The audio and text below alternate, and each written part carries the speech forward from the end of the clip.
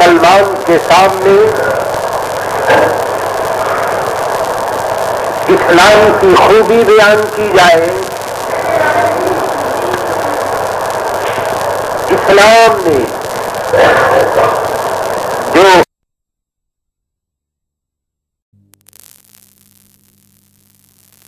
پیش کیے، جو پلاننگ اور منصوبہ بندی اسلام نے ہمارے سامنے رکھی، اس کی ضرورت تو نہیں کہ مسلمانوں کے سامنے یہ چیز بیان کی جائے، لیکن افسوس یہ ہے کہ اسلام کا سبجیکٹ اور اسلام کا موضوع مسلمانوں کے لیے تھا، مسلمانوں کے لیے ہے اور مسلمانوں کے لیے ہی ہونا چاہیے، لیکن حیرت یہ ہے کہ تمام مضامین ہم نے اپنے دل و دماغ میں بند کر دیے، دنیا کی تمام ہسٹریاں ہم نے چھان ڈالی،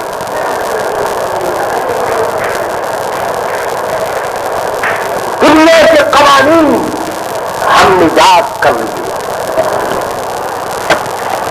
اور ہم نے ریسرچ کی، تحقیق کی اور اس فیلڈ اور میدان میں ہم نے بڑا کام کیا، لیکن وہ اسلام جو خود پوری دنیا کو 1400 برس سے منصوبہ بندی، پلاننگ، اچھی زندگی، اچھی سوسائٹی کی دعوت دے رہا ہے، لوگوں کو بلا رہا ہے، افسوس یہ ہے کہ اس طرح ہماری توجہ نہیں ہوتی۔ آیت کریمہ جو میں نے ابھی تلاوت کی ہے، اس آیت کا اس کا انداز وہ تو ظاہر ہے کہ رب کا کلام ہے، اس کے انداز میں کیا شبہ ہو سکتا ہے، بہترین اسٹائل ہے، بہترین معنی ہے اس میں، لیکن ایک بات خصوصیت کے ساتھ قابل غور یہ ہے کہ ہر آدمی نیچرل طور پر، فطری طور پر کچھ جیب سے نکالتا ہوا تکلف محسوس کرتا ہے، دینے کے نام پر عموماً انسان پریشان ہو جاتا ہے، اور وہ بھی اللہ کے نام پر، دین کے نام پر۔ دینے کا سوال بڑا اہم ہے اور ہر آدمی اس سوال کو پورا نہیں کرتا ہے۔ قرآن کریم نے اس مسئلے کو نہایت صفائی سے بیان کیا۔ ہر مسلمان جانتا ہے کہ مسلمان کو زکوٰۃ دینی چاہیے، جو صاحب نصاب ہو، ایک نصاب کا مالک ہو، اگر اس کے پاس 7.5 تولہ سونا، 52 تولہ چاندی یا اتنا روپیہ جتنے روپے میں یہ 52 تولہ چاندی خریدا جا سکتا ہے، یا اسی کے اعتبار سے کوئی چیز اور ہو، تجارت کا مال ہو، تو سال گزر جانے پر زکوٰۃ دینی چاہیے۔ اس سلسلے میں بہت سی ایسے حدیثوں کا ہجوم ہے اور جتنے سوالات ہو سکتے ہیں ان تمام کے جوابات اللہ کے آخری رسول حضرت محمد رسول اللہ صلی اللہ تعالی علیہ وسلم نے اپنے فرمان اور ارشادات کی روشنی میں دی۔ اس آیت کا ترجمہ ملاحظہ فرمائیے، ارشاد باری یہ ہے کہ اور جو تم خرچ کرو گے، روپیہ، پیسہ، کپڑا، کھانا پینا، خیرات، صدقات، کسی پر احسان کرنا، کسی سے ساتھ نیکی کرنی، مفہوم ہے یہ بہت لمبا ہے، اس میں زکات بھی ہے، صدقات بھی ہے، خیرات بھی ہے، سب اس میں آ جاتے ہیں۔ تو ارشاد میں فرمایا جا رہا ہے کہ یحلفون، تو اللہ تعالیٰ اس کی جگہ اور تم کو دے گا۔ یعنی یہ نہیں کہ اگر تم نے خرچ کر دیا تو تم یہ سمجھو کہ خرچ کرنے کی وجہ سے کوئی کمی واقع ہوگی یا تمہیں کوئی پریشانی ہوگی یا تمہارے بینک بیلنس میں کوئی فرق آ جائے گا یا تجارت کے معاملات میں کوئی گھاٹا لازم آئے گا، اور بس یہ کچھ نہیں ہے۔ اس کی گارنٹی دی جا رہی ہے کہ جو کچھ تم خرچ کرو گے اللہ تعالیٰ اس کی جگہ اور دے گا، اور اس کا نتیجہ اس لفظ خیر الرازقین میں کہہ کر ایسا اچھا نکالا، سبحان اللہ۔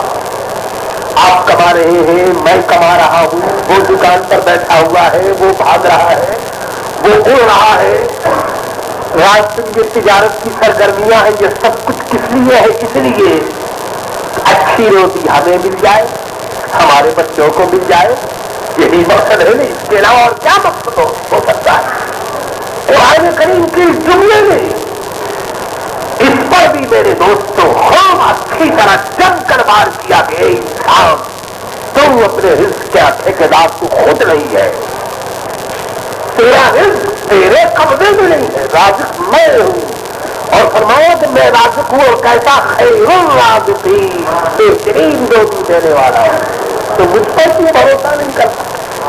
روزی نہیں دینے والا ہو، بہترین روزی دینے والا، روزی دینے والا ہو، جو کچھ خرچ کرو اس کی جگہ اور دینے والا ہو، 1 کروڑ تو 10 دے، بلکہ 700 دے، بلکہ اس سے بھی زیادہ، وہ رحمان رحیم ہے، جو چاہے وہ عطا فرما دے۔ ارشاد فرمایا کہ بہترین روزی دینے والا اللہ ہے۔ دوستو، اسلام کی پلاننگ پر غور کیجیے۔ آج ہمارے سامنے دنیا کا نقشہ ہے، قوموں کے حالات، قوموں کی پروگریس، ترقی ہمارے سامنے ہے۔ ہم یہ دیکھ رہے ہیں کہ ہر سوسائٹی اپنی پروگریس کے، اپنی ترقی کے لیے بہت کچھ کر رہی ہے، اور کرنا چاہیے۔ دنیا کی بہت قوم ہے، کچھ نہ کچھ کرتی ہے۔ اسلام کا یہ نظام آپ دیکھیے کہ سب سے پہلے تو اس نے یہ زور دیا کہ دیکھو دنیا جو ہے یہ بیکار لوگوں کے لیے جگہ نہیں ہے، یہاں جاؤ، کام کرو، محنت کرو، مزدوری کرو، فانتشروا فی الارض وابتغوا من فضل اللہ، جاؤ پوری کائنات میں تم پھیل جاؤ، جہاں تمہیں خدا کا رزق ملے تلاش کرو۔ یہ بھی ارشاد فرما دیا، ایک مقام پر فرمایا کہ دیکھو لیس للانسان الا ما سعی، یہ فارمولہ اپنی جگہ مکمل ہے کہ دیکھو انسان کے لیے وہی کچھ ہوتا ہے جس کے لیے وہ کوشش کرے۔ اسلام نے کوشش کرنے کی بھی تلقین کی، کمانے پر بھی زور دیا، اور کمانے کے بعد اب دیکھیے اسلام ہمیں مساوات کی تعلیم دے رہا ہے کہ دیکھو جو کچھ تم نے کمایا ہے تو تمہاری کمائی میں آیا کسی اور کا بھی حصہ ہے جب؟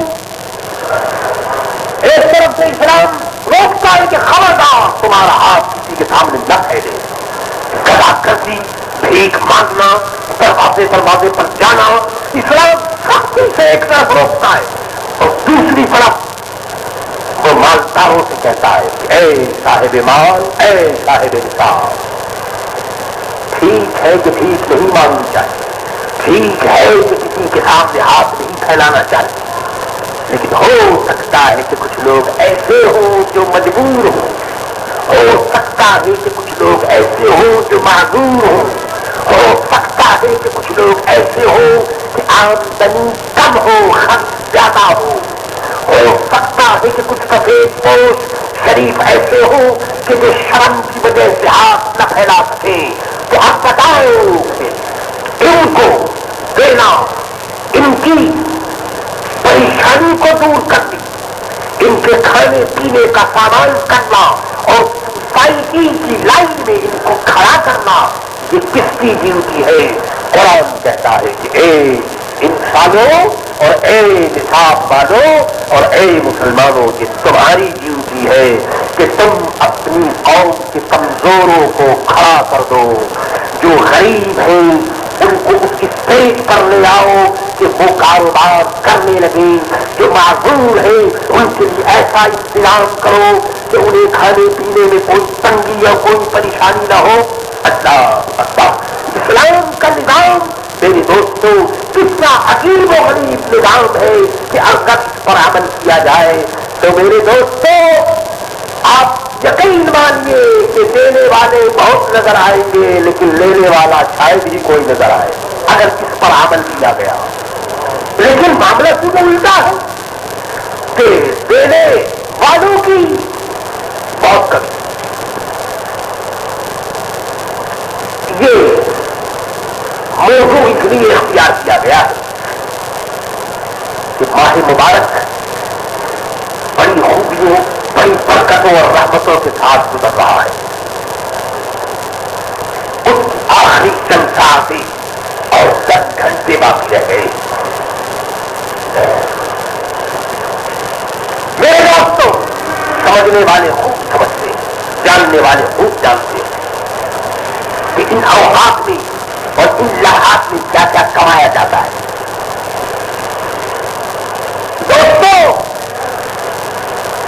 ویسے تو رمضان مبارک کا ہر وقت ہے اور ہر وقت بہتر ہے، لیکن جب رمضان مبارک رخصت ہوتا ہے اس وقت کا کیا کہنا. سبحان اللہ، جو آخری ایام، آخری اوقات جو ہوتے ہیں، آخری جو ساعتیں ہوتی ہیں، میرے دوستوں اگر نیت انسان کی بخیر ہو تو وہ رب سے بہت کچھ حاصل کر سکتا ہے. اللہ جناب والا، اگر آپ صاحب نصاب ہیں، آپ کے پاس سونا چاندی یا مال ہے یا تاجر ہے، یہ نہیں کہ اندازن بس یوں ہی دل کو سمجھانے کے لیے اور اپنے آپ کو دھوکہ دینے کے لیے یوں ہی 200-400 روپے نکال دیے اور سمجھ لیا کہ زکات ادا ہو گئی تو یاد رکھیے کہ آپ اس دھوکے میں نہ آئیں. اپنے نفس کو دھوکہ دینا آسان ہے، دوسروں کو دھوکہ دینا آسان ہے، لیکن اللہ تبارک و تعالیٰ کو میرے دوست کوئی دھوکہ نہیں دے گا. وہ جانتا ہے کہ آپ کی جگہ سے بھی کیا ہے، کتنا پیسہ، کتنا مال ہے، وہ سب کچھ معلوم ہے. اس لیے زکات پوری ادا ہو. جس نے زکات پوری ادا نہیں کی میرے دوستوں وہ گنہگار ہے، اس کا جرم بڑا سخت ہے. اور حدیثوں میں ان لوگوں کا جو جرم بیان ہوا ہے، جو عذاب بیان ہوا ہے، وہ اس عذاب کا مستحق ہوگا کہ صاحب نصاب. آج یہ کہا جاتا ہے کہ جی بہت ہمارے یہاں غریب ہے، بہت پریشان حال ہے. ٹھیک ہے، میں تسلیم کرتا ہوں بہت غریب ہے، بہت پریشان حال ہے، لیکن بھائی غریبوں کو دیکھنے کے ساتھ ساتھ ہم امیروں کو بھی تو دیکھیں. امیر بھی ہمارے یہاں تھوڑے نہیں، امیر بھی ہے. اللہ تعالیٰ نے جائیداد دی ہے، اللہ تعالیٰ نے آج یہ گنے کی کھیتیاں اور یہ لہراتا ہوا یہ شوگر کین اور یہ تمام کاروبار جو ہے، کیا میرے دوستوں یہ سب کچھ مفت میں ہوتا ہے؟ کیا اس میں کوئی نفع نہیں ہے؟ کیا اس میں کوئی پیسہ نہیں ملتا؟ آئیے، یہ تو میں زکات کی بات کر رہا تھا. ذرا وہ لوگ اپنے سینے پر ہاتھ رکھ کر کے اور اپنے دامن میں ذرا منہ ڈال کر کے، گریبان میں منہ ڈال کر سوچیں کہ جو لوگ شوگر کے گنے کی کھیتیوں کے مالک ہیں، شریعت یہ کہتی ہے کہ 10% 10واں حصہ نکالنا ہے. 10واں حصہ یعنی اگر 100 ٹن شوگر کے اور گنا ہوا تو 100 ٹن میں 10 ٹن نکالنا چاہیے. اندازہ کیجیے 100 ٹن. خدا کرے کہ آپ کے علم میں ایسی خبر ہو کہ کچھ ایسے زندہ دل لوگ ہوں کہ جو باقاعدہ حساب کر کے 100 ٹن میں 10 ٹن اور 200 ٹن میں 20 ٹن نکالتے ہیں.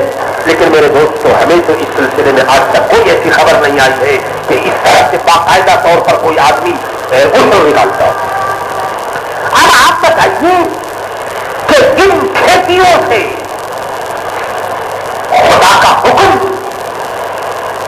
ادا نہیں کیا جائے گا, جن کھیتیوں سے غریبوں اور فقیروں کی مدد نہیں ہوگی, جن کھیتیوں سے محتاجوں اور مسکینوں کی دیکھ بھال نہیں ہوگی, میرے دوستو اگر ان کھیتیوں سے سونا بھی نکلے تو سمجھ لو کہ یہ خدا کا عذاب ہے, خدا کا عذاب ہے. کوئی فائدہ کوئی فائدہ اس کی کوئی حقیقت. جو کچھ پیدا ہوا اس میں 10واں حصہ دی. زکات کا مسئلہ, عشر کا مسئلہ, ان مسائل پر بھی اگر عمل کر لیا جائے تو میرے دوستوں ہمارے یہاں بہت سی پلاننگ ہو سکتی ہے. اور ہماری قوم کے جو مجبور اور بے کس افراد ہیں ان کی خدمت کی جا سکتی ہے, ان کو اپنے پاؤں پر کھڑا کیا جا سکتا ہے.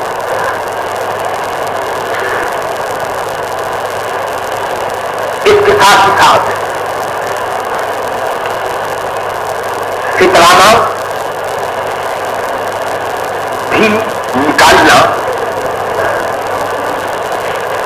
واجب ہے. ہر وہ شخص جن کو اللہ تعالیٰ نے دیا ہے عید کی صبح ثابت کیسے نکلے گی, ایسے ہی اس شخص پر صدقہ فطر دینا لازم ہوگا اپنی جانب سے اور اپنے بچوں کی طرف سے. ہاں اگر کوئی بیوی کے تمام معاملات کی دیکھ بھال یہی کرتا ہو, بیوی اگر صاحب نصاب نہ ہو تو بیوی کی طرف سے بھی دے سکتا ہے. اس کے لیے بھی بڑا احترام کیا شریعت نے. اس کی طرف دیکھیے, یہ جو شریعت کا یہ چکر جو ہے صدقہ فطر کا, یہ بھی عجیب و غریب. ایک طرف مالداروں میں, کھاتے پیتے انسانوں میں عید کی چہل پہل ہے, عید کی خوشیاں ہیں, بس کپڑوں کا اہتمام ہو رہا ہے. اور کھاتے پیتے گھرانے کے لڑکے اور لڑکیاں برف لباس میں عید کے دن نظر آئیں گی. انسان اپنی حیثیت کے مطابق اچھے کپڑوں میں نظر آئے گا. اور میرے دوستوں عید کے دن اسپیشل قسم کی ڈش ہوگی, اسپیشل قسم کا دسترخوان ہوگا, اسپیشل قسم کے کھانے ہوں گے. شریعت پھر یہاں بات دیتی ہے کہ دیکھو کھانا تمہیں مبارک ہو, کپڑے بھی تمہیں مبارک ہو, مگر یہ سوچ لو کہ تمہارے ان کھانوں میں بھی کسی کا حصہ ہے, ان کپڑوں میں بھی کسی کا حصہ ہے. دیکھو تمہیں اپنے اڑوس پڑوس میں, تمہیں اپنے نائبر میں آگے پیچھے تمہیں دیکھنا, غربا فقراء مساکین ہے. اچھا تو تم اگر ویسے ہی خیرات کے طور پر کچھ نہیں دے سکتے تو دو یہ صدقہ فطر, یہ دینا نہایت ضروری ہے. ہر آدمی, اب آپ بتائیے کہ ہر آدمی اگر صدقہ فطر اور جو دوسرے آئٹم ہے زکات اور عشر کے, وہ تو بڑے آئٹم ہیں. آئیے صدقہ فطر کو لیجیے کہ اگر مسلم کمیونٹی اور مسلم پاپولیشن کو اگر ہم لیں تو اگر یہ میکسیمم اندازہ ہم کرتے ہیں 1,30,000 سے قریب 1,30,000 20,000 میں صحیح, 1,20,000 ہی صحیح. تو آپ بتائیے کہ 1,20,000 اگر ایک ایک روپیہ اگر نکالے تو اس کا مطلب یہ ہے کہ صدقہ فطر کی آمدنی جو ہے وہ 1,20,000 ہو سکتی ہے. اللہ ہوتا ہے. اور 1,20,000 روپیہ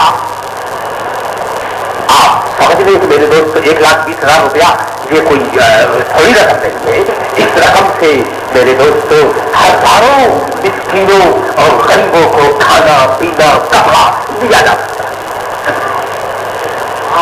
عید آ رہی ہے, عید کی خوشیاں سب کو مبارک ہو, مگر یہ سب کیسے چل, اس پر بھی توجہ نہایت ضروری ہے.